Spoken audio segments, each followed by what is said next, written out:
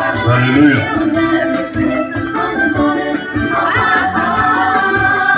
సభ్యులందరికీ happy Christmas. Merry merry Christmas. Merry merry Christmas. వందనాలు. రండి.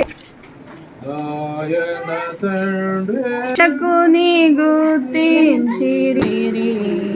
19వ అధ్యాయము 10వ వచనములో నశించిన దానిని వెదకి రక్షించుటకు మనుష్య కుమారుడు వచ్చిననేటువంటి ఉంది అని అన్నప్పుడు క్రీస్తు ప్రభు వారు ఈ భూలోకంలోనికి పంపబడి ఉన్నారు.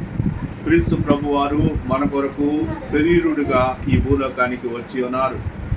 ఆయన దేవుడై ఉండి తన యొక్క మహిమను విడిచి రావడం అనేటువంటిది అది కుదరనటువంటి విషయం. అయినప్పటికీ కూడా ఆయన నిన్ను నన్ను రక్షించడానికి ఆయన శరీరమును దాల్చినటువంటి వానిగా ఆయన ఈ భూలోకంలో కన్యమరియ గర్భమున క్రీస్తు ప్రభు వారు జన్మించినటువంటి వానిగా మనం చూస్తూ ఉన్నాం.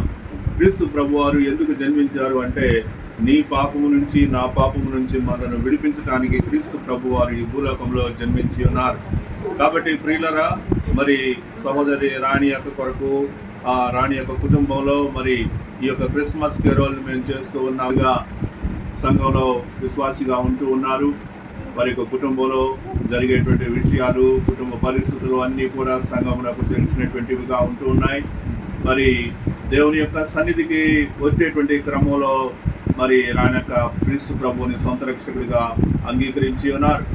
అనగా నశించిన దాన్ని వెదకి రక్షించుటకు క్రీస్తు ప్రభు వారు వస్తే ఆ వెదకి రక్షింపబడినటువంటి వారిలో రాణక కూడా కనిపిస్తూ ఉన్నారు. మరి దేవుడు తనకిచ్చినటువంటి పనిని ఈ భూలోకంలో చేస్తూ తన యొక్క జీవితాన్ని ముందుకు తీసుకెళ్లేటువంటి క్రమంలో మరి ఈ దినము ఈ సాయంకాలం వేళ కల్వరి ప్రార్థనా మందిరం ద్వారా ఈ యొక్క క్రిస్మస్ కేరోల్ని ఈ యొక్క గృహంలో చేస్తూ ఉన్నాం.